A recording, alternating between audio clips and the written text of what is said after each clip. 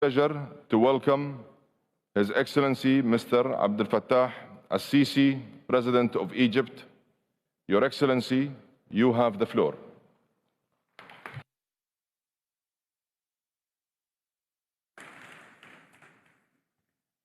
Thank you very much. Bismillah ar-Rahman ar-Rahim. In the name of God, the merciful, the compassionate, my dear brother, Your Royal Highness Sheikh Mohammed bin Zayed Al Nahyan, President of the UAE, heads of state and government, honorable ministers, ladies and gentlemen. It gives me pleasure at the outset to congratulate the United Arab Emirates on presiding over the 28th Conference of the Parties of the UNFCCC. I commend the exquisite organization, and I express my full confidence in the UAE's ability to achieve the goals of this conference. Like COP27, COP28 is taking place amid dangerous and grave political challenges that are no less dangerous than climate change, which requires of us political leaders to work diligently and sincerely to make sure that our conference reaches ambitious results and that contributes to the implementation of previous undertakings. As president of COP27 in Sharm el-Sheikh and a country directly impacted by climate change, Egypt is well aware of the importance of reinforcing collective work to address the challenge of climate change and to guarantee eco-friendly development to preserve planet Earth for coming generation and to address the present impacts of climate change that exceed the capacities of countries, including or especially developing countries, to cope with them and their impacts on the different sectors of development. Ladies and gentlemen, our responsibility is to reaffirm that we are committed to implementing the procedures that we have agreed on in line with the Paris Accords and in line with the state-of-the-art of science and in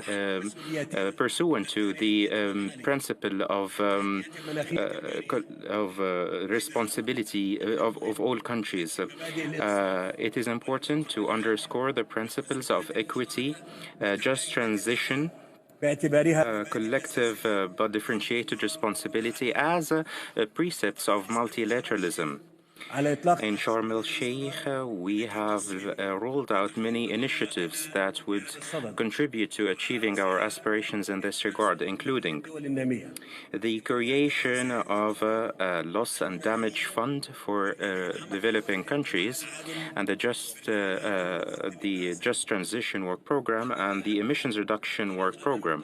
We have also paved the way to a global goal for adaptation with climate change. In this framework, I'd like to express my appreciation of all of you in view of the results that we have seen this year in the discussions on the Just Transition or the Emissions Reduction Work Program in the sectors of energy and transport. We have also reached recommendations to operationalize their financing arrangements for developing countries, and we have also operationalized the relevant funds. The success of these efforts, however, hinges on the adequacy of financing and the funding arrangements in place, which necessitates that we have a joint view, including recommendations that would lead to the operationalization of all of these arrangements and to provide the necessary funding. Ladies and gentlemen, the achievement of all of these goals is possible if we work together in a spirit of cooperation and participation. Therefore, we call on the international community to take more ambitious steps in COP28 in Dubai and to expand the participation of communities and to refrain from any unilateral acts that only serve self-interests.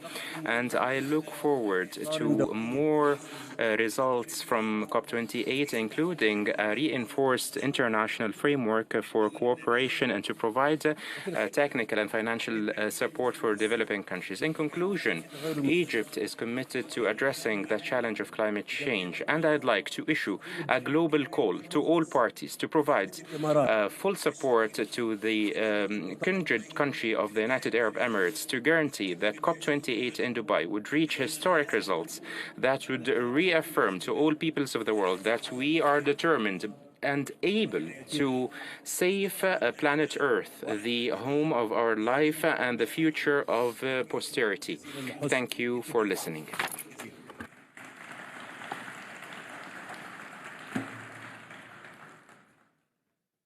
Thank you very much, Your Excellency.